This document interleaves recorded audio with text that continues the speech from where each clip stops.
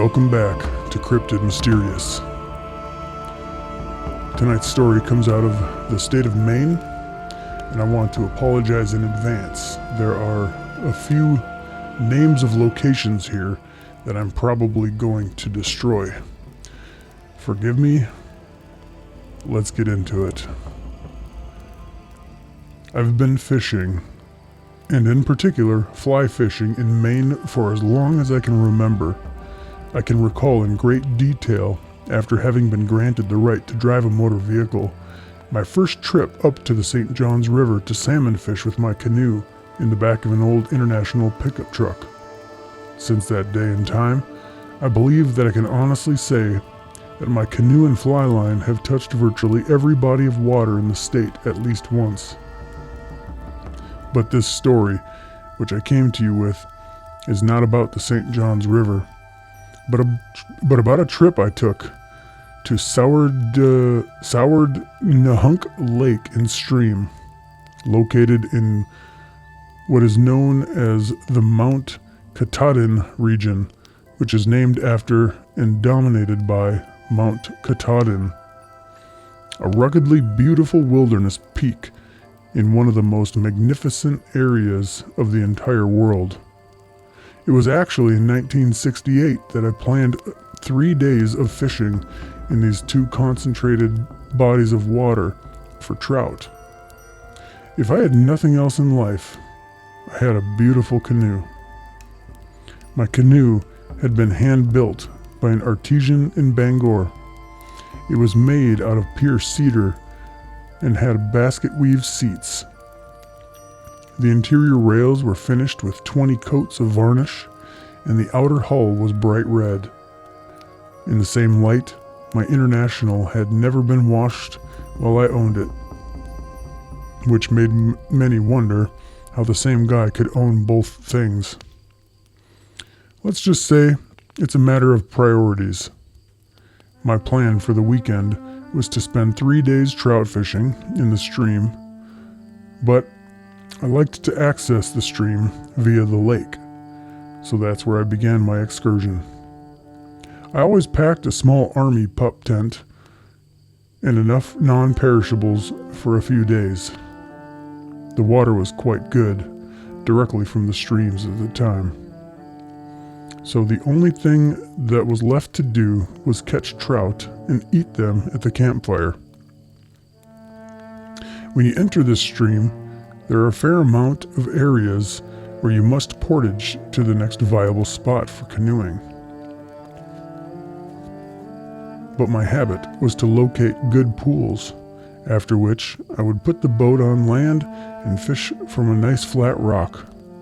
For the most part, the stream looks the same throughout. It was the cusp of fall, and the leaves were just starting to turn. The trees were all tight to the stream's edge, and here and there one could find a clearing well suited for camping. Over some 3 hours, I'd landed several nice fish and had them lying on the bank on top of a flat stone. I was resting while smoking my pipe, enjoying the sounds of nature while sitting on a small boulder in the stream. I'd finished my bowl, and tapping it clean, I began to cast my streamer back into the pool. It wasn't long before I had another nice brook trout on the fly and had landed it. As I turned to walk out of the stream, with nothing in mind other than to place the fish with the others, I suddenly noticed that my other fish were gone. Now I must tell you that I had on a number of occasions experienced a raccoon sneaking out of the brush and taking a fish from the bank. So my immediate thought was that of a raccoon, and possibly more than one, had taken my catch. So this time I put my catch in a canvas pouch behind me. It was getting late, so I made a fire. And that night, I ate 1 fish instead of 4, thanks to the raccoons. In the morning, I slid the canoe back into the stream and paddled just a little further down and ran across yet another beautiful pool. Now, Just so you understand, this trip was not about exercise. It was all about relaxation and getting away. So I really didn't care if I paddled a yard or a mile. In fact, I was actually going to stay right where I was.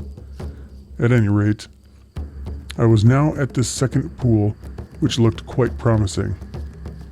It appeared to be about 5 feet deep and had a nice flow going in and out of it, and I could already see some nice trout set up into the current. On my first drift over the ripples, I had a 3-pounder on the line and landed him. As was always my habit, I once again set the fish on a dry rock near the stream's edge and continued fishing. Like clockwork, I had soon landed several fish and was once again lighting a bowl of tobacco. The funny thing was that day,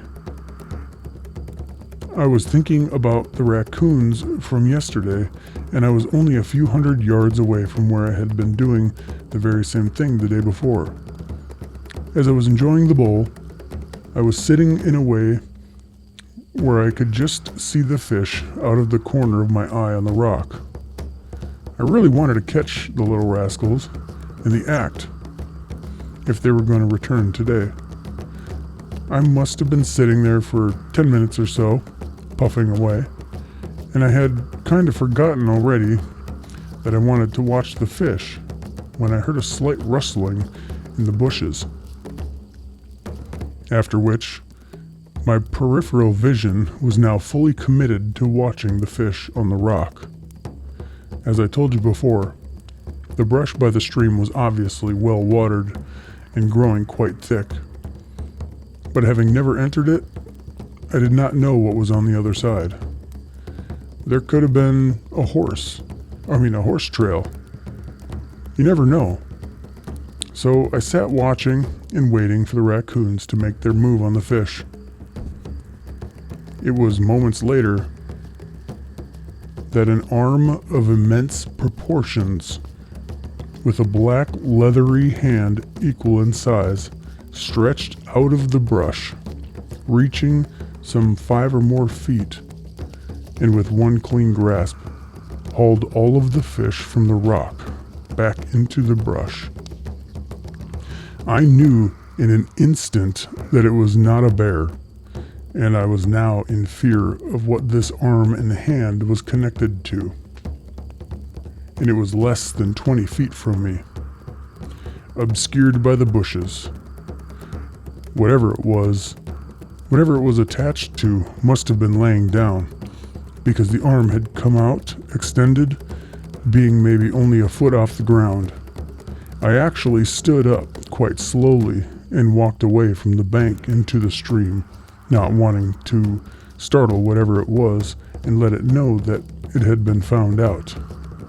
When I tell you that my heart began to race, that is an understatement. I had my tent and gear maybe 40 feet away from where the hand had emerged, and I wasn't too keen on meeting whatever a 5-foot-long, enormous arm and hand belonged to. I think I stood in the stream for almost another hour, not daring to catch and place another fish on the rock. For me, it was decision time, and I had mustered up enough nerve to get back out of the creek and start to quickly break down my camp. My hope was that as sneaky as this thing was, it wouldn't do anything to reveal itself, since it hadn't done so up to this point in time. I packed my canoe, sliding it gently back into the stream, and actually paddled back to the portage through the night, arriving back at the lake in the morning. The only thing that I could add to what I've already told you is that the forearm seemed to be some 8 inches in width, and the fingers of this hand appeared like they were the size of bananas. When I saw the hand, it stretched open like a net and clutched all of the dead fish in one grasp. It probably could have done the same if there were 5 or 6 fish, That's how wide the spread of the open hand was.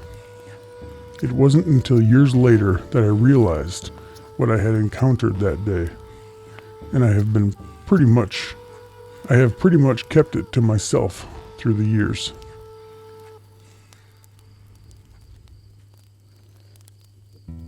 Well, I tell you what, if I were in that situation, all alone, in the wilderness, something like that happens, I'm gonna need a change of underwear. How about yourself? If you had an encounter, anything like that, shoot me an email at cryptidmysterious@gmail.com. I'd love to hear about it. Thanks again, everybody, for watching another video and hanging out with me. Greatly appreciate it. If you haven't already, hit the subscribe button. And I'll see you on the next one. Have a great night.